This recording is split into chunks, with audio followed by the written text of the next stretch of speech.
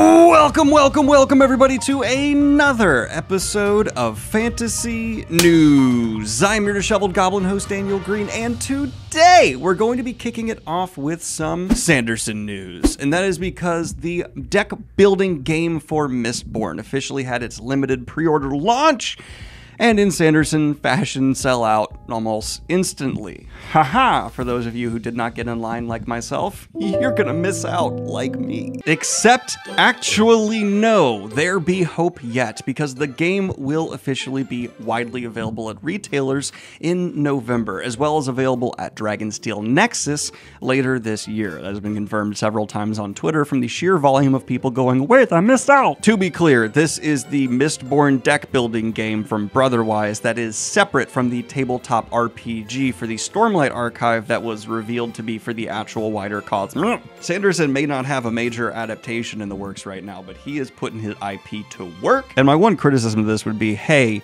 digital version. I don't know if that's in the plans yet or not, but I think it would absolutely sell like mad to put a, version of this that people can play online with each other. And if even you're afraid of the Cosmere fans, they aren't that many yet.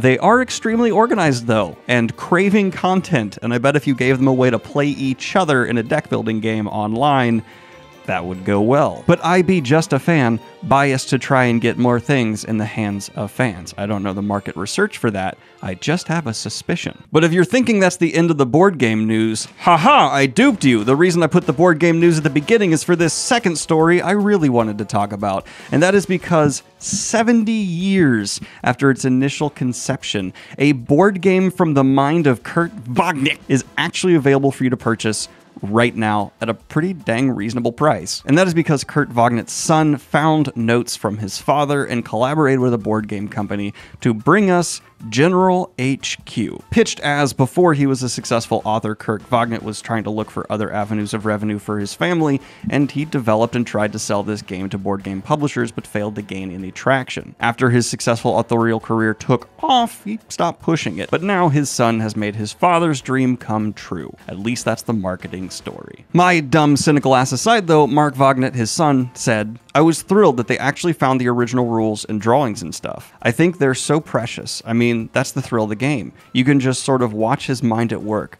with his corrections and his drawings of the pieces. General HQ is described as a fast-paced two-player battle game in which each player maneuvers military units, infantry, armor vehicles, artillery, and airborne regiments to capture the other player's headquarters. As in chess, there are restrictions on where and how GHQ's geometric game pieces can move. It is similar in mood to chess, and it's played out on a standard checkerboard, the elder Vonnegut wrote in his pitch to One Game Company. It has enough dignity and interest, I think, to become the third most popular checkerboard game. And I'll even have a write-up describing how it is to play the game, linked in the description down below, and I'm so excited to get this. I'm absolutely going to be picking it up. If you don't know, chess is my favorite all-time board game. I maintain it's like the perfect game, and the only perfect game. But a game that's pitched to being the same vein in it from the mind of Kurt Vonnegut, I want to check that out. And best of all, it's only priced around $30, which, I don't know if you're a serious board game collector or not, but if you are, is in the lower end of a board game these days. I am so tired of seeing $100+ price tags on board games. It's cardboard and plastic. Why? Fair warning though, despite my own partiality for pretty much everything about the pitch to this game, that playthrough write-up I talked about says that it's kind of just like fine, which, I like a lot of just fine games. But that's enough board game talk, just indulging my own nerdiness. Let's get to what you're all here for, and that's going to be the cover reveals, because we have had some bangers this week, starting with The Rarekins Fall from Nikki Lee, with art from Isabeau Bauhaus. And I appreciate so much what's going on with the art here. Not only do we have this nice gradient transition from a sand color to an ocean-like color, but these wings over top coming down to a tail that almost caresses what I imagine is a depiction of the protagonist already puts in a mood, a sense of motion that's quite effective. But once you fold out the art to its full display, these more like underwater looking creatures add a whole new impact to what's happening with this gradient, and the buildings flipped upside down on the bottom. I don't know if this is intentional or not, but kind of look like wine glasses to me, which makes me think like court intrigue, and that lines up with the actual pitch given about the book. They survived Mancers, they survived monsters, they survived the storm. With the mountains behind them and Ilridis on the horizon, they thought the hardest part of the journey was over. They were wrong. Outlawed and on the run, Lys struggles to control her new and volatile magic, a magic that will destroy her. Her only hope? Find the last remaining witch to tame it. Her only clue? Buried in Elridis, city of Mancers, capital of the Empire. Together, she and Sakaar descend into Ilridis' underbelly and discover a warren of illegal magics, and the monstrous legacy Lys's father left behind. As truth, loyalties, and magic class, Lys must decide how far she'll go to exact justice in her father's name, and how far she'll fall to rule the power inside her once and for all. Like to like, blood to blood.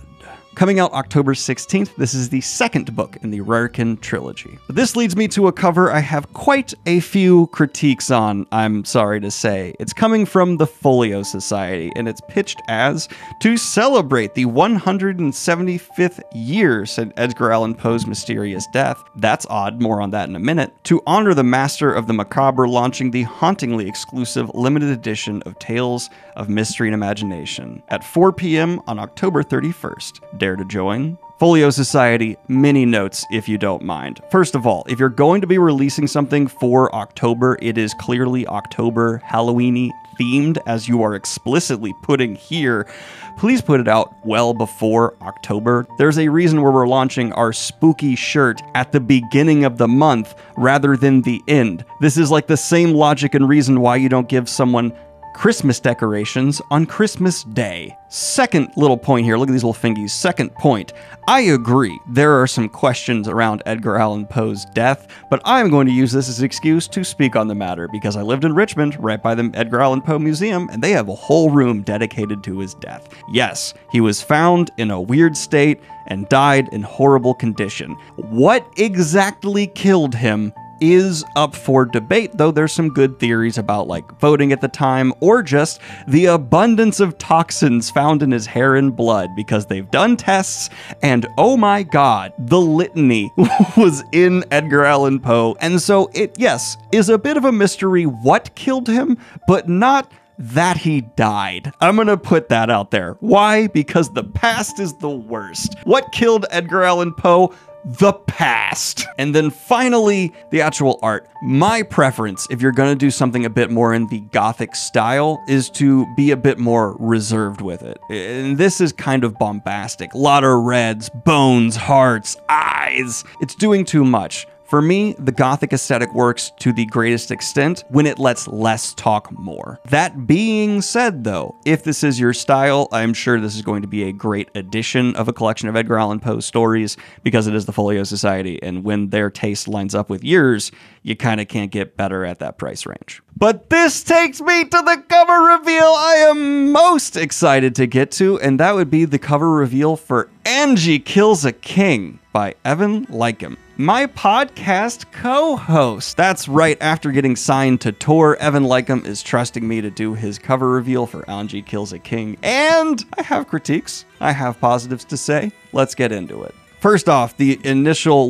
just idea behind this cover, I like whatever this eagle person hair figure is, having the construction of landscape on their face, and what I imagine is the protagonist walking across it, partially because one of the protagonist's face almost matches this one. The tears in the eyes add emotion. There's a lot conceptually that absolutely works. The color choices, not my absolute favorite. We even saw a similar color palette on a previous cover in this episode that I feel like just went a little bit stronger. Having what I imagine is going to be kind of bits of the journey sketched out on this face with the rougher terrain leading into that city in the background poses so many questions immediately to the reader that if I saw it on a bookshelf, would be far more tantalized to pick this book on up. And the big swoofy white hair coming down to the side, love it. From Gandalf to Geralt, the legacy of long white hair in fantasy is luxurious and proud. So well done, Evan, and you can tell me when the book's going to be released. I will not tell my audience here, wink.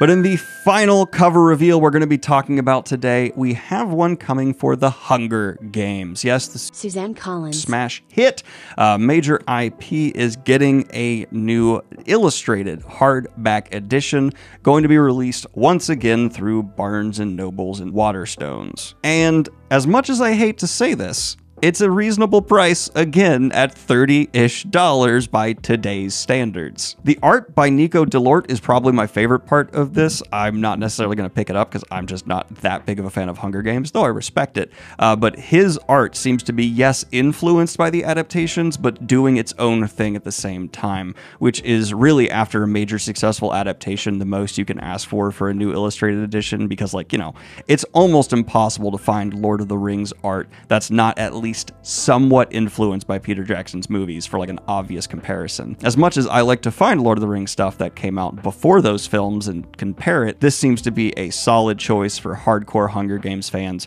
who would like to pick up an illustrated edition at a somewhat okay price. I still miss the days of $15 hardbacks so much. But before we get into, boy oh boy, quite the contentious story that's giving me anxiety just to think about, I'm going to thank the sponsor of today's video, which is the Kickstarter for Wraithmark Creative's Bookshops and Bone Dust, the sequel to Legends and Lattes by Travis Baldree. Littered with fantastic sketch-style art from Justin Gerard, just like Book 1, this will be the complimentary edition for those who back that project or would like to pick up a copy of their Legends and Lattes special edition still while backing this one. With design by STK Creations, you know the Wraithmark deal at this point. They do an utterly superb job of adding those features you love to see on your shelf, like sprayed edges with top-tier art to match. And if, like me, you're not the biggest fan of their choices for the cover on this one, though I see a lot of people do love it,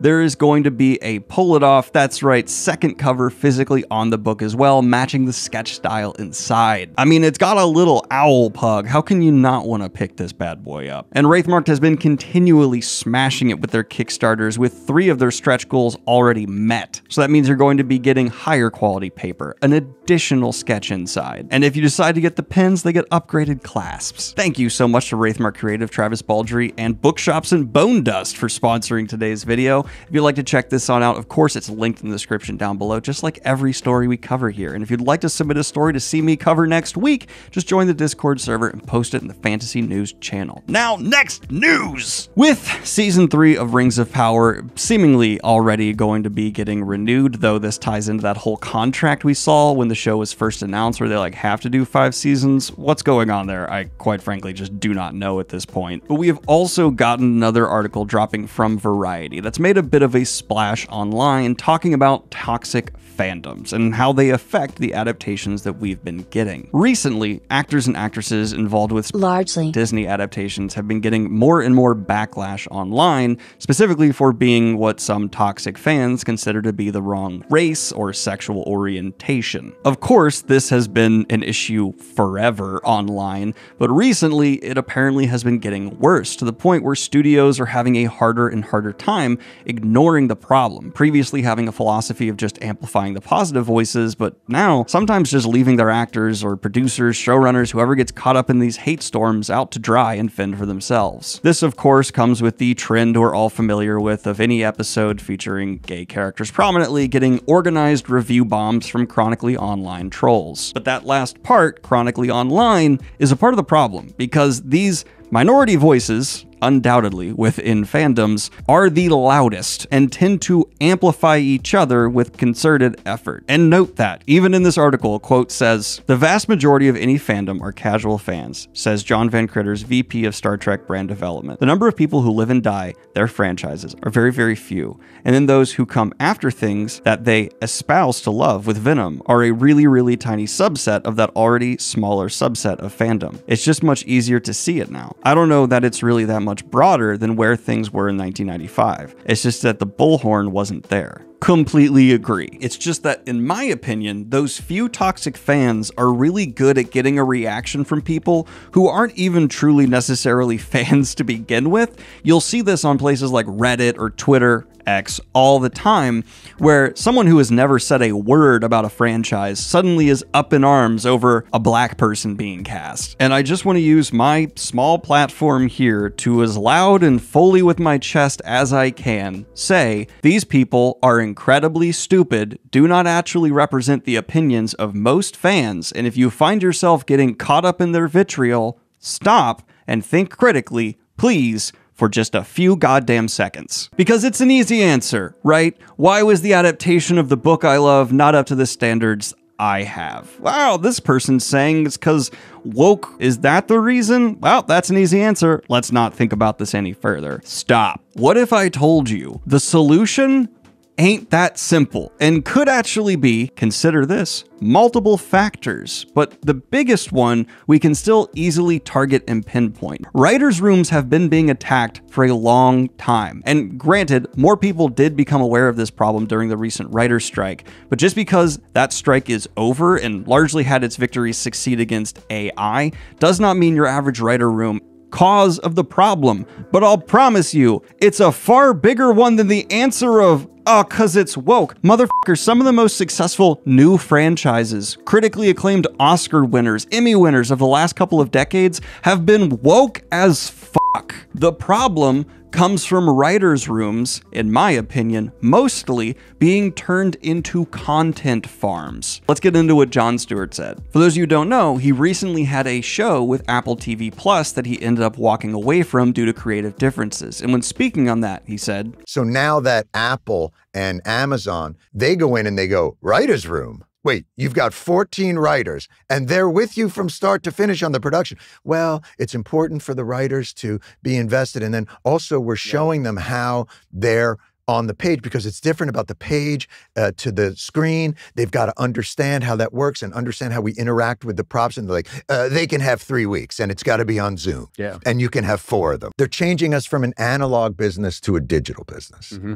And I think that's the schism, the earthquake that's been going through it. I can't function like that. Yeah. Like my writers, like, what? They don't believe in institutional knowledge. This idea of ruthlessly efficient content factories where what matters is the real estate and not the individual creator. I want to be clear that just putting text on screen, I absolutely did cut down what Jon Stewart was saying here, and he also criticized the old way of things. But getting to his point, that a lot of these streaming services, yes, are just turning writers' rooms into content farms or factories, as he said. Something to just get something to get a story done as efficiently as possible. And as someone who worked as a software engineer, I can tell you that is a mentality that just plagues tech bros in general. They always believe they know better than experts, and that disrupting a system in a reckless way is for the better. And I think we are seeing the end results of that a hell of a lot over the last few years. Essentially, streamers want to have as small and short-lived a writer's room as possible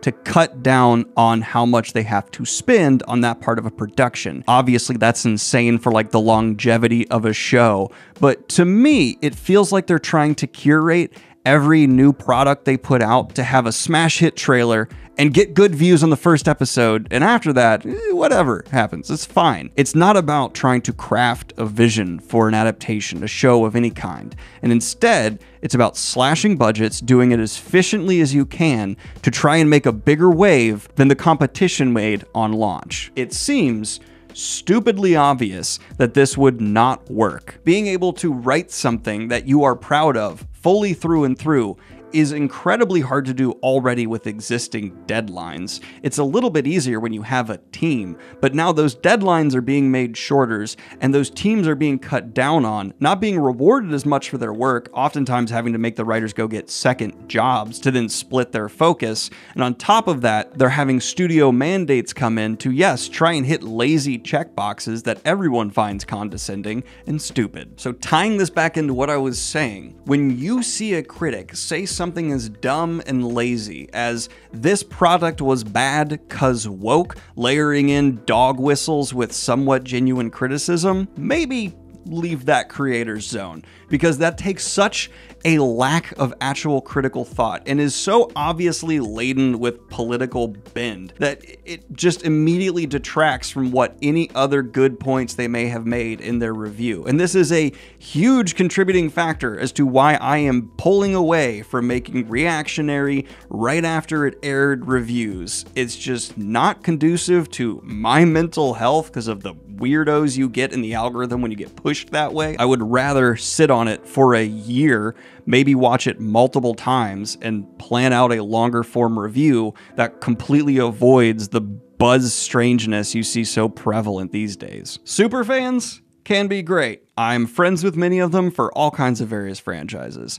Toxic superfans, shit in the pool for everybody else and ruin a good time. And in a rather strange story, Uzumaki had a notable dip in quality between episodes 1 and 2, something that I was really confused about. I did plan on eventually reviewing the show, but there is a clear mystery of episode 1 being this amazing adaptation that felt like Junji Ito's art come to life, and then episode 2 have these cheap animation patches, let's say. But finally, someone involved with the production has actually explained, saying they were screwed over and essentially left with 3 options. Air the first episode, air all 4, warts and all, and see what happens, or just abandon the project entirely. And after 5 years of work, they went with just, let's air what we could, though they specifically said, yes, they were screwed over and they can't name names. Just more examples of the modern process of production not exactly being conducive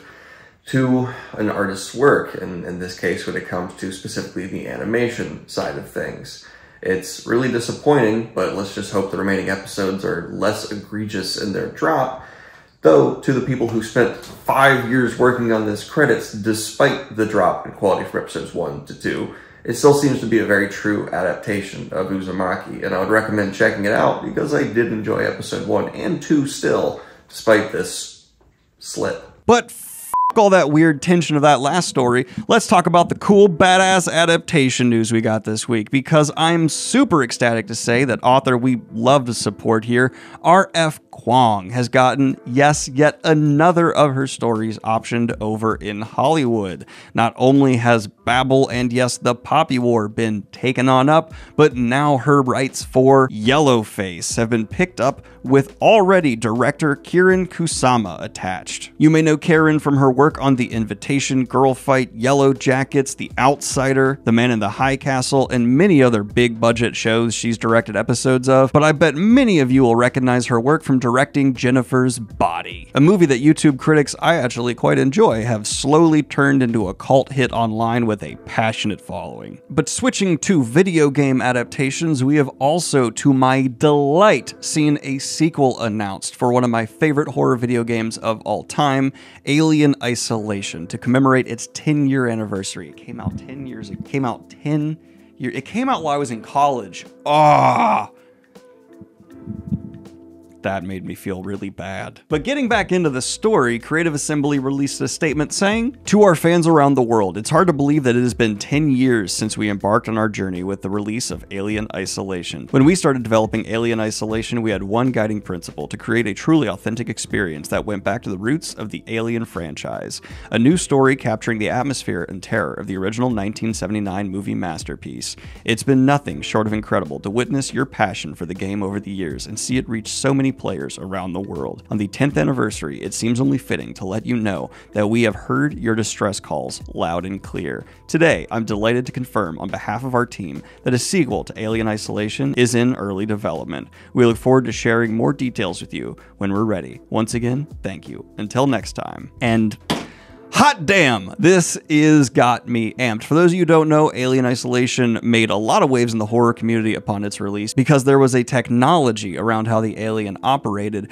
where it essentially was able to think independently of the game and really hunt you and take in feedback from your own inputs. I would know I had a mic on the whole time and my friend Scott, rest in peace, would scream into it so I'd get killed. Thank you, Scott. But even 10 years on, I find Alien Isolation to be compelling enough as a game that even if they just updated it to have have modern graphics, kept a whole lot of the basic structure of the first game, and updated the story, I'd still be in queue to get a sequel. So I'm really excited to see what is going to be happening with a sequel here. And if you are also a Xenomorph fan, let me know how many times you predict you'll die in the comments down below. Right below the like button. Seriously, that helps a lot. Even hitting dislike helps a lot, but hitting like seriously does the thing. So if you could do that, I really appreciate it. And then in the final news of the day, it has been confirmed that Avatar: The Last Airbender is getting a AAA video game. Stop. Yes, I know AAA video game is a crazy loaded term at this point.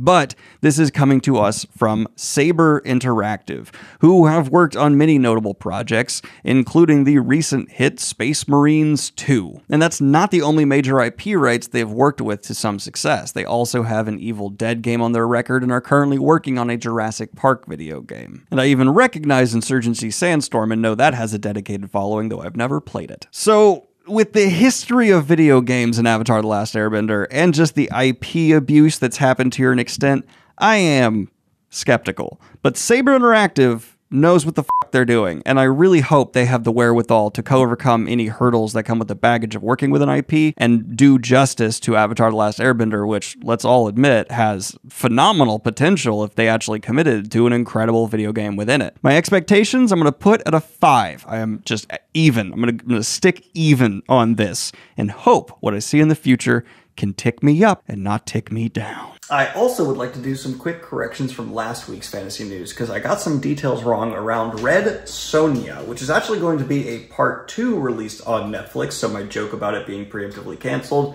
is aged terribly, but it's also based off of a children's book that is fairy tale-esque and not a long-lasting fairy tale. Apparently I made a mistake there. Finally, it was a trademark that DC and Marvel lost, not a copyright. And finally, apparently the video game source that was speaking about a potential FPS for StarCraft is far more credible than my tone implied. So I just want to get those corrections out of the way. I got engaged that week. I have a pretty damn good excuse. But to end today's fantasy news, let's go ahead and take a look at a book written by one of you all within the Goblin Horde. That's right, we promote an indie book every single week here, and if you'd like to see yours promoted, just join the Discord server, put it in the self-pub promo section. And now, here is that. And today's Indie Pub promo is Insiders by Shannon Knight. Pitched as, Insiders is about a sentient plant and diverse crew overcoming their personal demons and lending their individual strengths to come together and save the universe. With cover art by Isabeau Backhouse. In a universe of long-haul truckers, parasite-bearing megalomaniacs, asteroid rustlers, and homicidal peacekeepers, some people just want to stay alive. Deep within Kerberos Station, pipe crawler Sachi Inside is dying of the planet-killing Hybravian virus. In a state of delirium, the agoraphobic girl agrees that, in exchange for life, she will not only leave her pipes, but even the station. A parasitic plant wraps around her, guides her to an exiting ship, and adheres to the hull. Captain Karasi Quay is not pleased to discover a stowaway, but the crew thinks there's money to be made on the plant, and the fact that both the Eastern Star Corporation and the Elysium Empire are tracking it confirms its value. Support what I do here, and appreciate you all just being so supportive, being so fantastic. Have a good one. Peace.